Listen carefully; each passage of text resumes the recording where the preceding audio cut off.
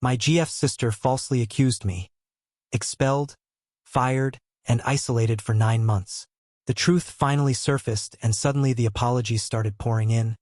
But by then I was finished. Before I get into it, I need to say this. If you're listening, supporting the channel matters more than you think. Subscribing takes a second, costs nothing, and it helps keep everything going.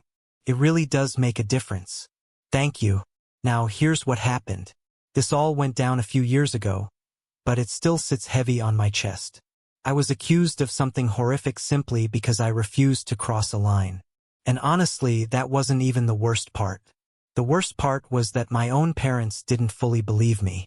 My girlfriend of 5 years blocked me on everything and chose her sister's side without even letting me explain.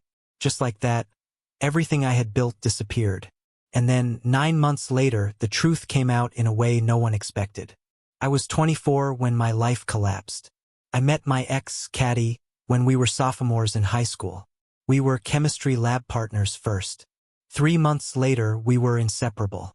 By graduation, everyone treated us like we were already engaged. 5 years together. I never once looked at another girl. Our families blended so naturally it felt permanent. Her dad, Steve, was always in his garage rebuilding engines. Grease on his hands, patient and steady. He taught me things my own father never had.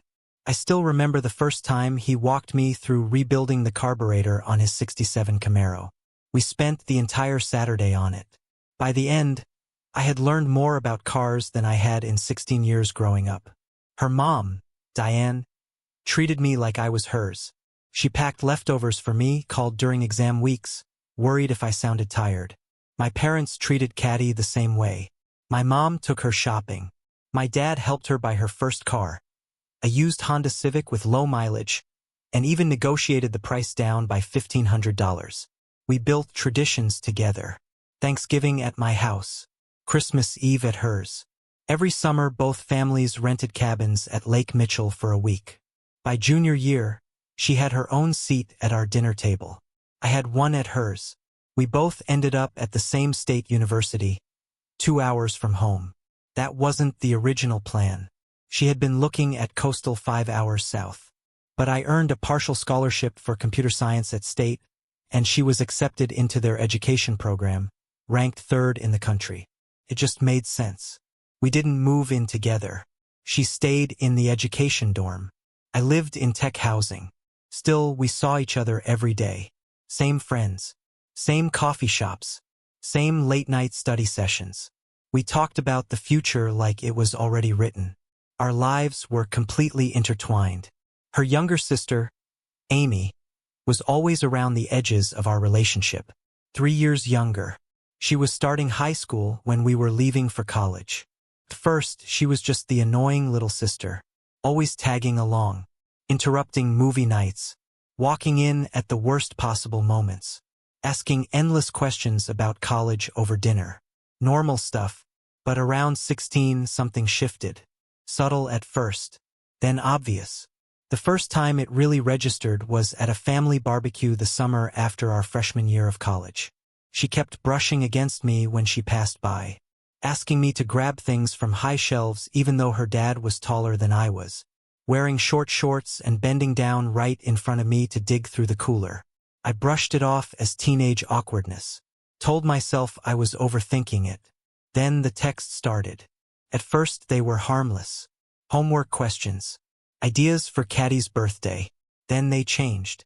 Complaints about her boyfriend not understanding her. Comments about how immature guys her age were. Messages saying she wished she could find someone like me. I showed Caddy some of them. I didn't want secrets. She laughed. Said Amy had always had a little crush on me. Said it was harmless. It didn't feel harmless when Amy started showing up at parties she was too young to attend just because she knew I'd be there. It didn't feel harmless when she would accidentally walk in while I was changing at their house, or when her clothes got more revealing every time I visited. I started avoiding their place if I knew she'd be home alone. Started making excuses to skip family events altogether. Caddy started noticing I was avoiding her house, and we argued about it more than once. She'd look at me like I was the problem and say I was being strange about her sister, that Amy was just a kid. But she wasn't just a kid anymore, and deep down I knew that. Everything blew up in October of our junior year. On paper, my life was solid. I had a 3.8 GPA. I was working part-time at a tech startup that was already grooming me for a full-time role after graduation. They were paying me $22 an hour to build UI components, which was almost unheard of for an undergrad intern. My boss had hinted more than once at a $75,000 starting salary plus stock options once I finished school. I was even quietly saving for an engagement ring, planning to propose after graduation the next year. I had about $4,800 tucked away in a separate account Caddy didn't know existed. That same weekend, she was in Chicago at a teaching conference. She was majoring in elementary education, and this conference was a big deal. Only 5 students from state were selected. She'd been preparing for weeks, networking with principals and district administrators who could help her land a solid job after graduation. We'd already talked about settling in the Riverside district, where starting teacher salaries were $52,000 and housing was still affordable. I hadn't planned to go to her parents' place that weekend, but Steve called Friday afternoon asking if I could help him put up some storage shelves in the garage. His back had been bothering him, and he said he could use another set of hands. He'd picked up heavy-duty steel shelving from Harbor Freight, rated for 1,500 pounds per shelf. I'd always gotten along with him, so I went over around 6. We worked a few hours mounting everything properly. By about 9, we were done. He offered me a sandwich and a soda before I headed out. Diane was away at her sister's for the weekend, so it was just Steve and Amy there. I was halfway to my car when Amy ran out the front door and called after me, saying her laptop was acting up and she had a huge paper due Monday. She asked if I could take a quick look. Steve was standing right there and told me to help her before leaving since I was good with computer stuff. So I followed her back inside. She had her laptop set up at the kitchen table. The issue was simple, just clearing the browser cache and restarting. Took maybe 10 minutes. When I stood up to leave, she stepped directly into my path. She thanked me but stood way too close, saying I was always so helpful. I took a step back and told her no problem. To tell her dad I said good night. She moved closer again and said he'd gone to take a shower, that we were alone downstairs. Then she placed her hand flat on my chest and looked up at me with a rehearsed expression she probably thought was seductive. I immediately removed her hand and told her not to, that this wasn't appropriate. She shot back that she was 18 now and that it wasn't illegal, not like it mattered because I was with her sister. I told her I loved her sister. She pressed closer, backing me against the counter, whispering that Caddy didn't have to know and claiming she'd seen the way I looked at her. I told her I never looked at her any way other than as my girlfriend's sister and that it needed to stop. That's when she leaned in and tried to kiss me. I turned my head and pushed her shoulders just enough to create space. I told her to back off and that this was never going to happen. Her expression changed instantly. The flirtation vanished. Her face hardened. She asked if I thought I was too good for her, if I saw her as some stupid kid. I told her this wasn't about her. It was about me and Caddy. She snapped, repeating Caddy's name mockingly, saying everyone in the family only talked about perfect Caddy with her perfect boyfriend and perfect future, and that it made her sick.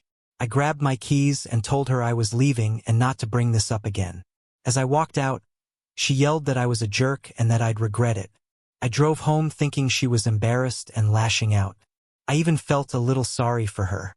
I planned to talk to Caddy when she got back, to figure out how to handle it. I had no idea what was coming. The next morning, my roommate Tyler shook me awake, saying my phone had been blowing up for an hour. I grabbed it and saw 17 missed calls. Texts from Caddy, her parents, my parents, mutual friends. My stomach dropped as I read messages asking how I could do this and what was wrong with me. I called Caddy first. She answered immediately, crying. I asked what was going on. She said I knew exactly what was going on and demanded how I could do that in her parents' house with her sister. My blood went cold. I told her whatever Amy said wasn't true and that nothing happened. She said Amy had shown them everything, texts from my number and bruises on her wrists, and claimed I'd been coming on to her for months. She told me that the night before, while her dad was in the shower, I had forced myself on Amy. I felt like the air had been ripped out of my lungs. I told her that was insane, that all I did was fix the laptop and leave, that Amy tried to kiss me and I shut it down, and that was the whole story.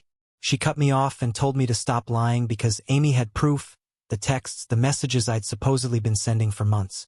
I couldn't even process it. I asked her what she was talking about because I had never sent her sister anything inappropriate. She said she'd seen them herself, messages from my number asking Amy to meet up, describing things I supposedly wanted to do to her. I told her they were fake, that Amy must have fabricated them somehow. Caddy shot back and asked if I was saying Amy faked the bruises too, the ones shaped like fingerprints on her wrists, the bruise on her back where I allegedly shoved her into the counter. My thoughts were scrambling to keep up. I told her yes, that had to be what happened. There was no other explanation. She went quiet for a second, then said she couldn't believe she had ever trusted me. Her voice turned cold, distant. She told me not to call again, not to text, not to contact her or anyone in her family. She said her dad was filing a police report right then. Then she hung up. I tried calling back immediately, but it went straight to voicemail. I sent her a text begging her to let me explain, telling her this was a massive misunderstanding and that I would never do something like that. Nothing came back. I pulled on clothes in a panic and headed for my car, but my phone rang again. It was my mom. She asked where I was. I told her I was going to Caddy's house to clear this up. She told me no, that I was coming home right now. I insisted I hadn't done anything wrong. She just repeated that I needed to come home and that we'd figure it out there. I drove to my parents' place in a daze. When I walked in, both of them were sitting at the kitchen table, their faces tight and serious. My dad didn't ease into it. He asked exactly what had happened the night before. I told them everything. Helping Steve with the shelves, fixing the laptop, Amy coming on to me rejecting her. They listened without interrupting. When I finished, my dad let out a long breath and said Steve had shown him the texts, that they went back months and were explicit. I told him they weren't from me, that she must have used some app to create them. He asked about the bruises. I said I never touched her and that she must have hurt herself. My parents looked at each other in a way I'll never forget. There was worry there, but also doubt and something that felt like disappointment. My dad finally said the police wanted to speak with me and that he'd told Steve we would bring me in ourselves. The interrogation lasted 6 hours. Detective Reynolds, mid-50s, salt and pepper hair, impatient from the start, laid out printed copies of texts supposedly sent from my number to Amy's. Graphic messages stretching back 5 months. There were even photos I'd never seen before, altered to make it look like Amy and I were together. I kept repeating that they weren't mine, that I had never sent those messages and never taken those pictures. They didn't buy it. Reynolds kept circling the same questions. Why would she invent something like this? How did the messages originate from my phone number? Why did I go to the house knowing she'd be there? I tried explaining that her dad had called me to help with shelves and that I'd been avoiding Amy for months because of how inappropriate she'd been acting. He just kept writing notes, occasionally exchanging looks with the female officer sitting beside him. By the end of the day, I was officially charged with sexual assault of a minor. Amy had just turned 18, but some of the alleged texts were dated before her birthday. They added charges of electronic solicitation of a minor and sexual harassment. My parents put up $50,000 for bail. The conditions were strict. No contact with Amy or anyone in the Clark family. I had to surrender my passport, wear an ankle monitor, and follow a strict curfew. I was allowed to return home with my parents, but that was when the real nightmare began. The university didn't wait for any conviction. They suspended me pending a disciplinary hearing scheduled for October 27th, though it was obvious the decision had already been made. Dr. Chambers, who chaired the committee, had publicly emphasized protecting students and enforcing zero tolerance. I was expelled the next week. My scholarships were revoked. The startup fired me the same day news of the charges reached them. My boss, Mark, who had mentored me for over a year, didn't even call. HR emailed me that my employment was terminated effective immediately. My key card stopped working. My company laptop was wiped remotely, and I was instructed to return it using a prepaid shipping box. My bank accounts were frozen because of the investigation, which meant I couldn't even access the $4,800 I'd saved for Caddy's ring.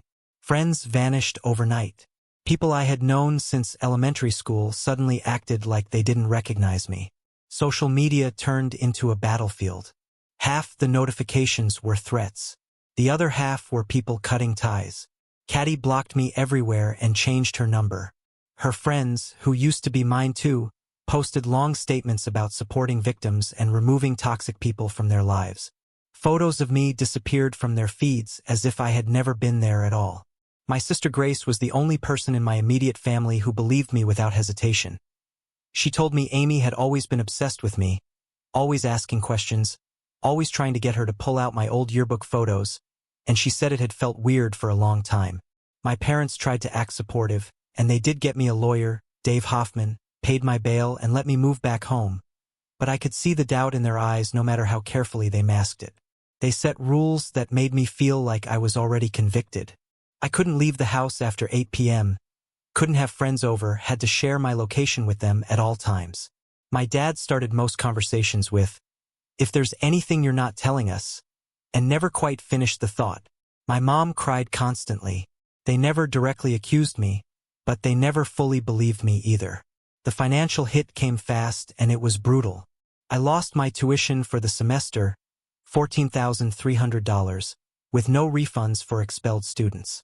I lost my housing deposit, $1,800. I had to hire a criminal defense lawyer, and my savings were gone in about 3 days. Dave's retainer alone was $10,000, and he warned us the total could reach $50,000 depending on whether we went to trial. Couldn't get a job. No one wants to hire someone facing SA charges. I tried gig work, but the ankle monitor made even that nearly impossible. My parents covered the legal fees, but they reminded me constantly how much it was costing them.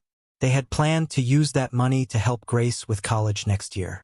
Now they were talking about second mortgages and cashing out retirement funds. The isolation was suffocating. People I had known my whole life, teachers, neighbors, family, friends, all looked at me differently, like I was something dangerous or damaged. At best, they avoided me. At worst, they left threatening notes on my parents' porch or shouted things when I walked past. The only people who stood by me without hesitation were Tyler, my former roommate, and, surprisingly, Kat's cousin Megan.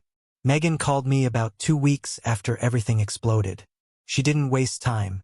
She said she didn't believe any of it. She told me Amy had been jealous of Caddy forever and had always had a thing for me, that she made up stories all the time. I asked what kind of stories, desperate for anything that could help.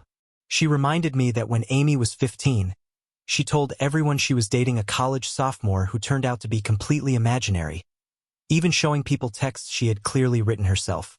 Last year she claimed her math teacher was hitting on her, but it turned out he had just given her a bad grade and she wanted him fired. Hearing someone from Kat's family defend me mattered, but it didn't change the reality of my situation. The prosecutor was pushing for maximum penalties, and Dave had already started talking about plea deals. During one strategy session he told me he understood I didn't want to consider it, but I needed to know what was on the table. As a first-time offender, if convicted on all counts, I was looking at 5 to 7 years. The plea would drop it to 3, with the possibility of parole after 18 months. I told him I wasn't pleading guilty to something I didn't do and to keep fighting. Months dragged by and everything got worse. The preliminary hearings in November and December went badly. Judge Patterson, a stern woman in her 60s, seemed inclined to believe Amy from the start. Dave tried to get the text evidence thrown out, arguing it could have been falsified, but without proof of tampering, the judge allowed it. Amy's testimony at the January hearing was devastating. She cried at the right moments, looked fragile and terrified. She described months of grooming, said I had slowly pushed boundaries, made her feel special, then threatened her. She claimed I grabbed her wrists hard enough to leave bruises when she said no, that I pushed her against the counter when she tried to get away. She was a terrifyingly convincing liar. Watching her speak, there were moments I almost questioned my own reality. Tyler testified as a character witness, but he hadn't been there that night. Megan wanted to testify about Amy's history of lying, but her parents threatened to cut her off financially if she got involved. My sister spoke about Amy's long-standing obsession with me, but the prosecution reframed it as an innocent schoolgirl crush that I had exploited. By February, month 4, Dave was strongly urging me to take the plea. He said the text evidence was damaging, the physical evidence supported her account, and her testimony was compelling. If we went to trial and lost, I was facing 5 to 10 years. 3 years with a chance at parole after 18 months was the safer choice. I told him again I wasn't pleading guilty to something I didn't do and to keep fighting, but even I could feel my hope thinning out. The trial was scheduled for July, 9 months after the incident, and I had spent every one of those months living like a prisoner in my parents' house, with no job, no school, no friends, and no future. Some days I didn't even get out of bed. The depression hit hard and didn't let up. I stopped eating the way I should. Sometimes I didn't even shower. I kept asking myself what the point was. The life I knew was gone. Even if some miracle happened and I was acquitted, the damage had already been done. My reputation was wrecked. My career path thrown off course. My relationship with Caddy, 5 years of my life, erased in a single moment. What hurt the most was knowing she was out there believing I could do this, that after 5 years together she could think I was capable of something so awful and not even question it, not even give me the chance to explain. By March, about 5 months in, I hit rock bottom. I came close to ending everything. I had it planned. Tyler showed up out of nowhere that day and found me sitting on my bed, staring at a bottle of pills. He stayed with me for 3 straight days, barely sleeping, just watching me, making sure I was still here. He kept saying we were going to beat this, that something would break, that the truth always comes out. I didn't believe him, but I forced myself to move, to shower again, to eat, to sit with Dave and go through the case files piece by piece looking for anything that could help. Then in April, we finally caught a small break. Dave had hired a digital forensics expert named Kevin to examine the text messages. Kevin was expensive, $30.75 an hour, but worth it. After weeks of digging, he found inconsistencies in the metadata, timestamps that didn't line up, formatting differences that suggested the texts might have been manipulated. Dave warned it wasn't definitive proof of tampering, but it was enough to create reasonable doubt about whether the evidence was authentic. We filed a motion to have the text evidence reconsidered, and the judge granted it reluctantly. The prosecutor argued the inconsistencies were just technical glitches, not proof of falsification, and she brought in the county's IT expert who testified that metadata can look irregular because of server syncing issues or app updates. But still, it was a crack in their case, small but real. Around that same time, a girl named Olivia reached out to me through Tyler. She had gone to high school with Amy and had been briefly friends with her. We met at a coffee shop near campus, and she told me Amy had done something similar to her brother. They worked at the same grocery store. Amy had a crush on him. He wasn't interested. She told everyone he groped her in the break room and got him fired. He was only saved because there were security cameras. She didn't press charges, just spread rumors, but the pattern was the same. She got obsessed. He rejected her. She retaliated.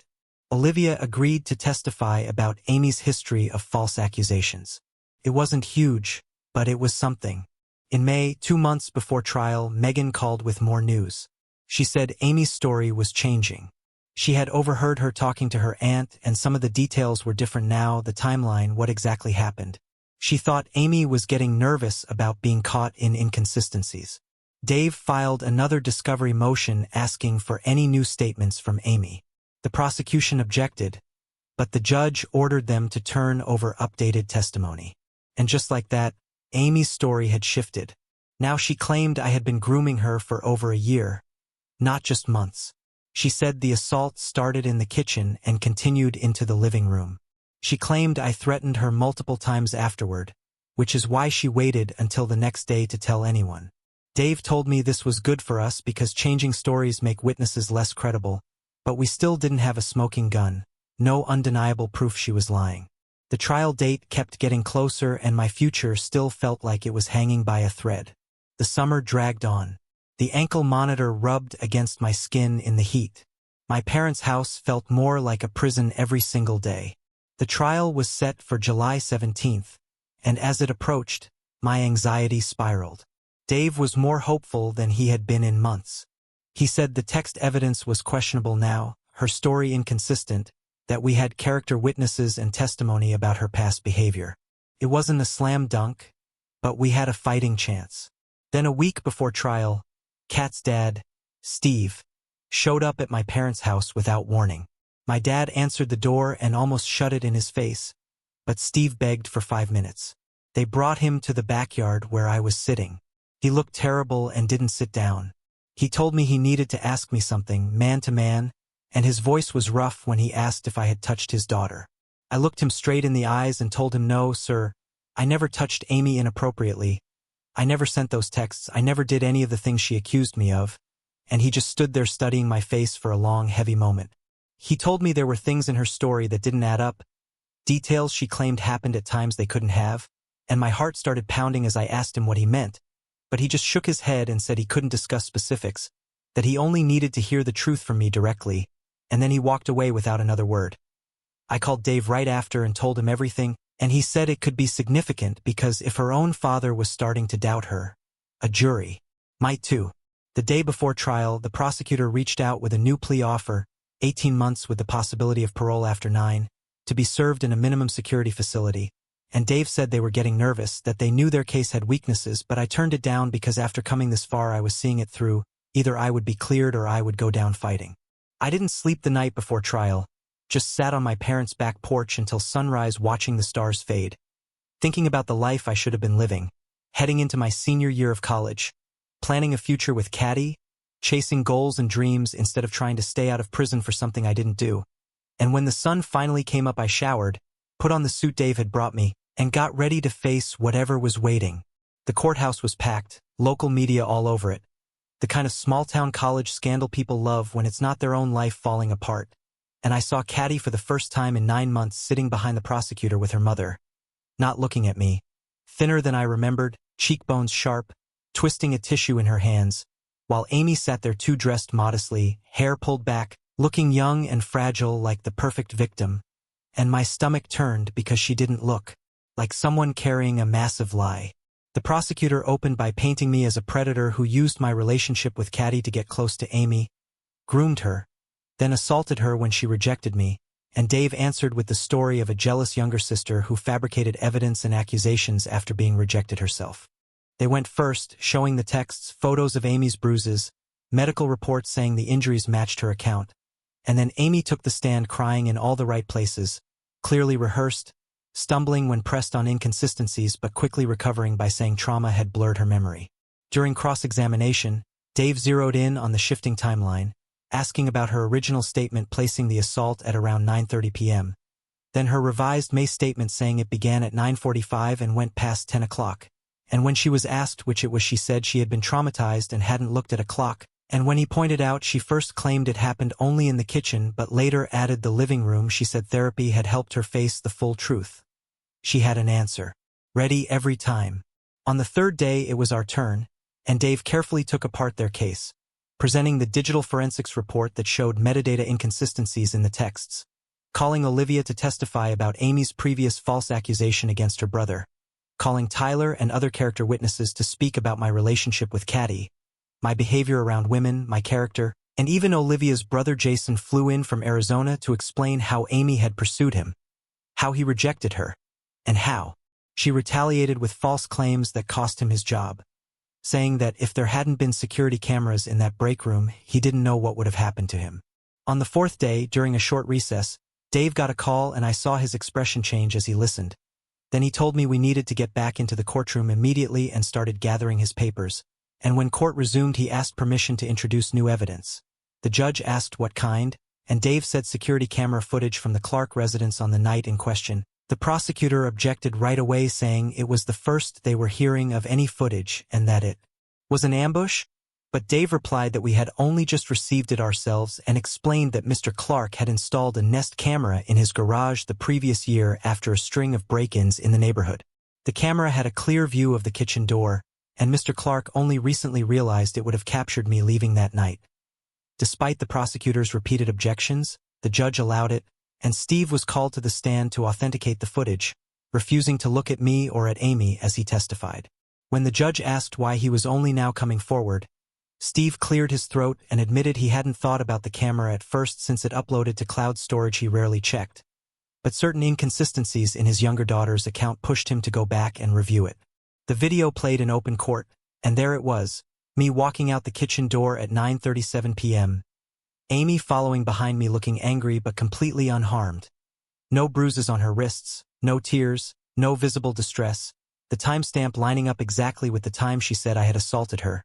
And the courtroom erupted until the judge called for order while Amy broke down crying. The prosecutor asked for a recess to speak with his witnesses, but the judge denied it and told him to continue questioning Steve. He tried suggesting the footage could have been altered, but Steve answered firmly that it uploaded directly to Nest's cloud servers, that he accessed it through his account, downloaded it, and handed it over exactly as recorded. And though the prosecutor tried a few more angles, the damage was done because the video flatly contradicted Amy's testimony about what happened and when.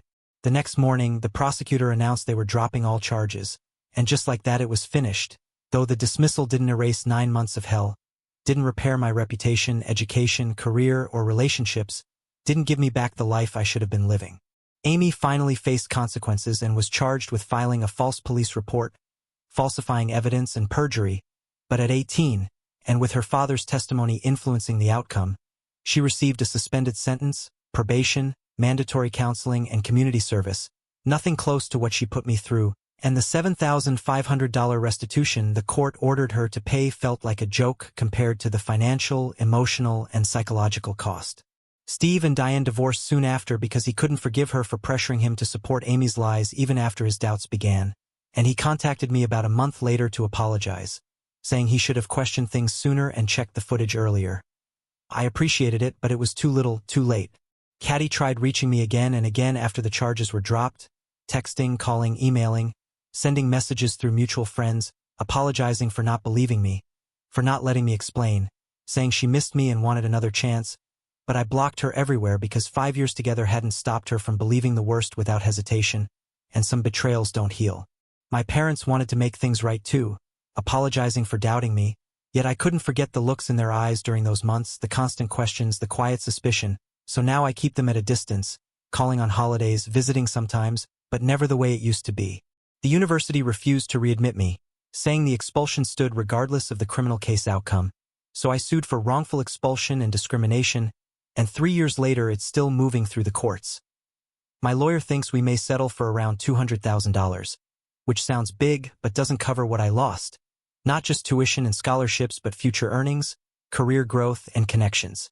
Starting over was the hardest part, moving 2 states away, enrolling at another university, taking out massive loans because my scholarships were gone, working night shifts at a warehouse for $14.50 an hour with no benefits, loading boxes from 11 p.m. to 7 a.m., then dragging myself to class exhausted, paying rent on a studio barely big enough for a bed and a desk. About a year later, Tyler moved out to join me, took a job at the same warehouse while finishing his degree online, and having someone who knew me before all this, who stood by me through it, meant more than I can explain.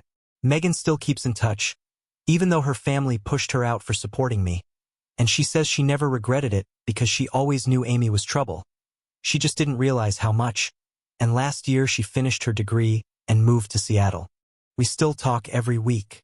It's been 3 years since the charges were dropped, almost 4 since that night in the kitchen.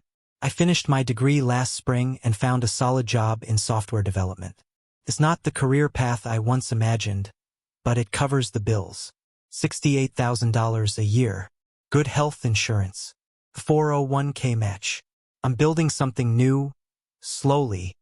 A life that isn't defined by what happened. Some days hit harder than others. Some mornings I wake up angry about everything that was taken from me. Other days I just feel grateful I was cleared. Grateful I avoided the much worse fate that could have been mine if that camera footage hadn't existed. If Steve hadn't installed that camera, if he hadn't gone back and checked it, I'd probably be sitting in a cell right now. My entire future rested on a piece of technology that easily might not have been there. The financial damage hasn't gone away.